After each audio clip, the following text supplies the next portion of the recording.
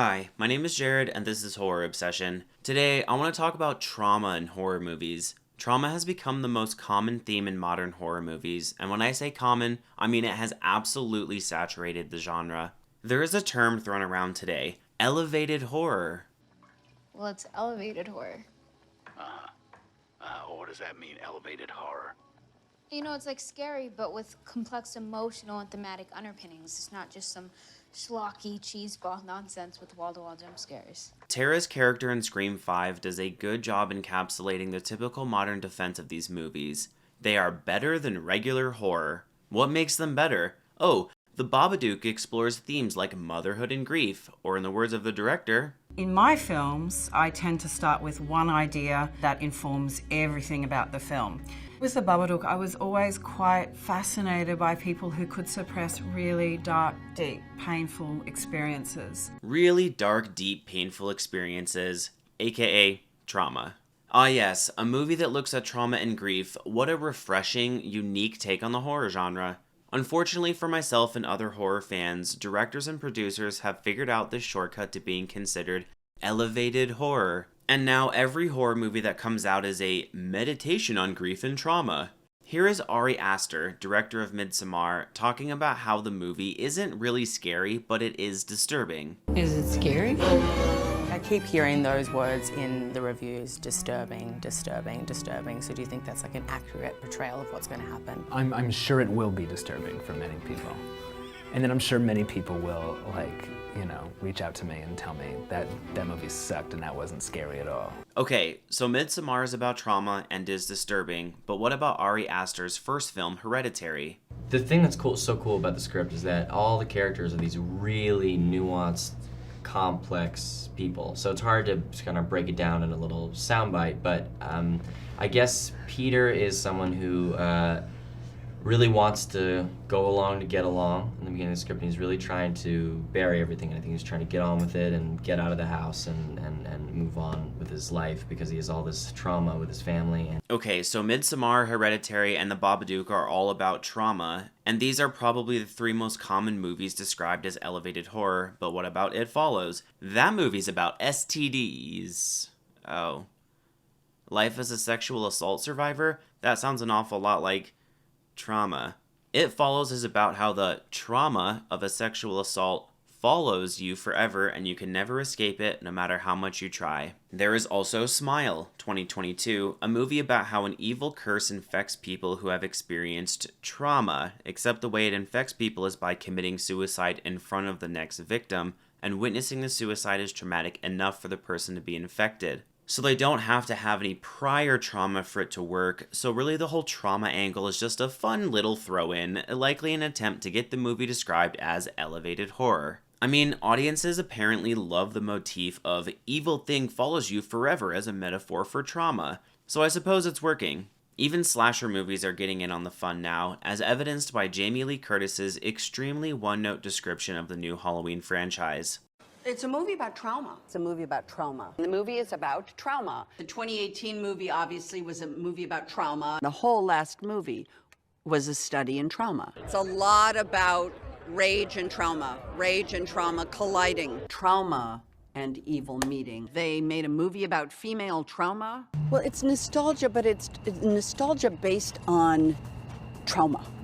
What does trauma really look like? This is what trauma looks like. Laurie is really dealing with a lot of post-traumatic stress. PTSD. PTSD. I liked that it was a movie about trauma, and I liked that it explored it through generations. Family trauma. Generational trauma. Generational trauma, family trauma. You know, generational trauma. Generational trauma. Generational trauma. Yeah. Trauma. Trauma. Trauma. Trauma. Trauma.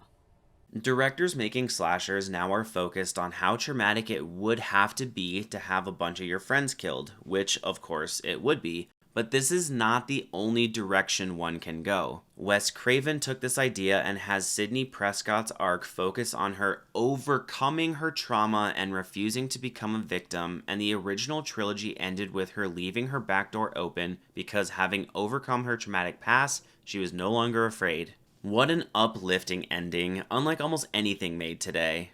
There are endless examples of movies that focus on trauma, but it seems like almost every modern horror movie that is considered a classic has central themes of trauma and the past haunting the present. For example, The Invisible Man 2020, Antlers 2021, and The Haunting of Hill House 2018, though arguably every ghost story is about the theme of past trauma lurking in the shadows of the present. Is this a problem? I'm sure it will be disturbing for many people. Reach out to me and tell me that movie sucked and that wasn't scary at all. So what do we make of this? Why are people so easily seduced by the theme of trauma? Horror is a genre which has gotten a bad reputation in the past due to the excessive focus on gore at the expense of theme, so part of it I think stems from audiences applauding directors that bother to have a theme in the movie at all. I am sure Eli Roth had some kind of theme in mind for Hostel, but most audiences left that movie mostly thinking about how gratuitous the violence was. So if horror needs a theme to be elevated, why does every horror movie choose to explore trauma? Most audiences enjoy complex characters, and a lot of horror skips character development in service of kill scenes, a decision which ends up alienating large swaths of audience members that want more character drama. One of the key elements of a complex character is having a character ghost, which means an emotional injury in the character's past that is influencing their decisions in the present. This is not exclusive to horror. For example, Batman's ghost is the death of his parents, Harry Potter's ghost is the death of his parents, Elsa is haunted by the fact she accidentally froze her sister when they were children, and Chris in Get Out is haunted by the night his mother died and he didn't somehow help. The concept of a character ghost is very common across all genres, but the character's backstory does not always inform the theme of the film. I doubt many people would say Frozen is about overcoming trauma, for example. Horror has always pushed the boundaries of what can and cannot be talked about in society, and horror films reflect the social anxieties of the time they were made. The Invasion of the Body Snatchers subgenre reflects the anxieties regarding the infiltration of Russians and communism. 80s slashers reflect the anxieties parents felt about their kids leaving the house to go have sex and drink, and modern horror seems to reflect the anxieties regarding trauma. There is widespread acceptance of mental health in a way that did not exist 30 or even 20 years ago, and people are acknowledging the massive toll trauma has on individuals who suffer from it. Characters in movies or people in real life need to muster a tremendous amount of courage to carry on from trauma, and horror movies are not afraid to show realistic, harrowing trauma no other genre would dare touch. I mean, listen to Toni Collette's character wail in sorrow. I can't. I just want to die.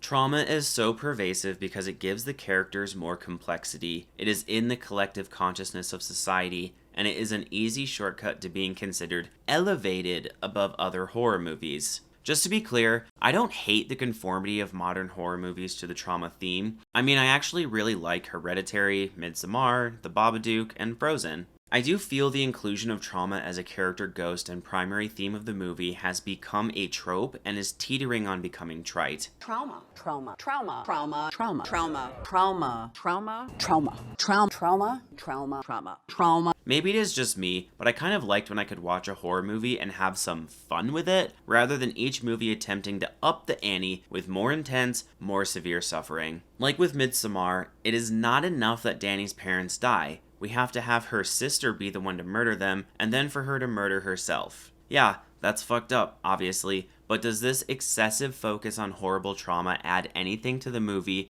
other than making audiences feel bad? Feeling bad is not the same thing as feeling scared. Is it scary? I'm sure it will be disturbing for many people. And it seems like horror movies are priming audiences, which is where a previous stimulus influences how people react to a subsequent stimulus, which means audiences are shown traumatic stuff at the beginning of the movie, which puts them in a state of mind to be more susceptible to the scary stuff later. Which does work, but I wonder how long movies can continue with this trend before more audiences become savvy to the attempts of these movies to manipulate them and the genre is forced to pivot. A lot of successful startups launched with a different business model. And when they ran into trouble, they pivoted to something new. Or chat roulette. Okay, that was social media, and then they pivoted to become a playground for the sexually monstrous. Overall, I understand the inclusion of trauma as a character ghost and as a theme in horror movies. I don't think it's necessarily a bad thing, but it is becoming a bit tiresome. There are other themes besides trauma. including overcoming her past and refusing to live in fear like Sydney, a major reason she is considered one of the best final girls ever. I don't know exactly where the genre will go next, but I will say I watch way too many horror movies for this theme to not drag a little bit. Let's hope the next iteration of horror focuses on something a bit more fun for the sake of people with a dreadful horror obsession.